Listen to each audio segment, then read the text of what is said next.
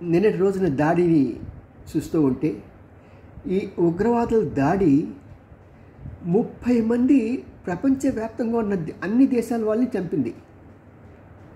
ఒక రకంగా చెప్పాలంటే వాళ్ళందరిలో కసి మంట రేపింది.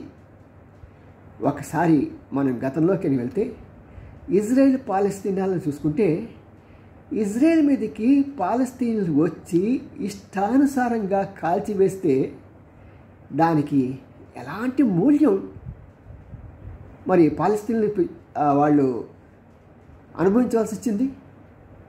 మరి రేపటి రోజున ఇంకోసారి చెప్తున్నాను, రేపటి రోజున పాకిస్తాన్ గతి కూడా పాలస్తీనా లాంటి గతే పడుతుందా అంటే నా మనస్సాక్షి చెప్తుంది ఎస్.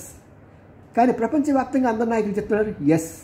మరి మీరేమంటున్నారు చెప్పండి. సబ్స్క్రైబ్ చేయటం మర్చిపోకండి.